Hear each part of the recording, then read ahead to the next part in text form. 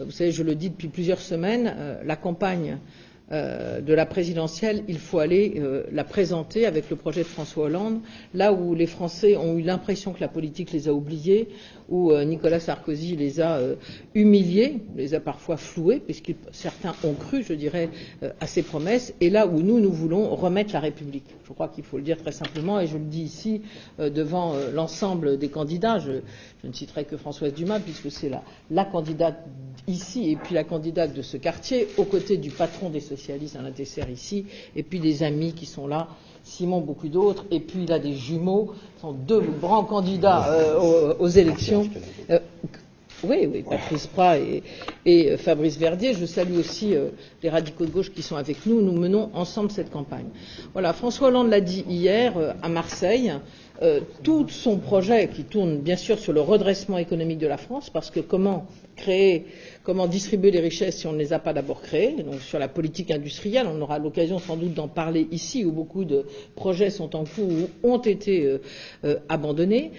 comment retrouver la justice partout, et particulièrement dans ces quartiers en difficulté, que l'on peut tout à fait intégrer dans la ville, que l'on peut tout à fait rendre mixte, aussi bien par les fonctions qui y sont représentées, le travail, le sport, la qualité des espaces publics, bien sûr des logements, mais aussi par la mixité sociale. Et quand François Hollande dit, je ne prends que cet exemple, que sur les 150 000 emplois jeunes, ils seront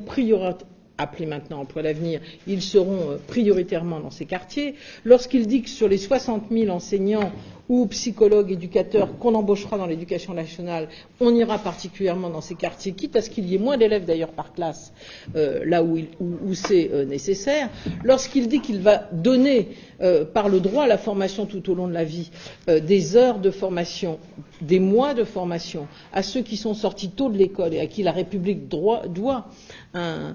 élan d'éducation, c'est bien à ces quartiers que l'on s'adresse. Et vous savez que son autre priorité en termes d'effectifs, c'est la police. Nous voyons bien aussi que la police a déserté ces quartiers, qu'aujourd'hui la sécurité est à nouveau un problème et qu'il faudra bien remettre les policiers complémentaires d'abord dans ces quartiers en difficulté. Donc que l'on parle de l'emploi ou de l'éducation, que l'on parle du logement, avec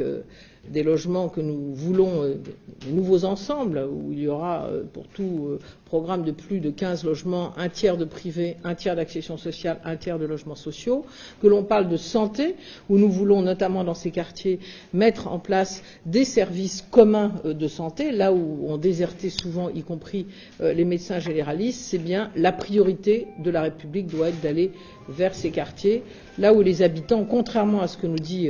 le président sortant, n'attendent pas les bras ballants à l'assistance, mais se battent tous les jours pour essayer de trouver un emploi ou de trouver une formation pour leurs enfants. Voilà, donc on est vraiment là au cœur du projet de François Hollande, de celui qui finalement, nous tous qui sommes là, a entraîné peut-être notre engagement en politique, c'est-à-dire ne pas supporter un pays qui tourne le dos à ses atouts et qui ne se développe pas, et ne pas mettre la justice partout. J'ajouterais,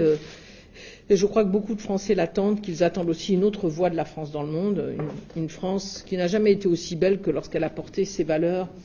au-delà de nos frontières. Et c'est vrai que les discours actuels d'un président que même le Wall Street Journal qualifie de Nicolas Le Pen, et c'est pour dire, laisse à penser qu'à l'étranger, on ne comprend pas ce qui se passe en France. On ne veut pas de cette France-là. On veut d'une France qui défend, comme elle l'a toujours fait tout au long de son histoire, qui défend la République. Voilà. Et nous sommes là aussi pour parler de ça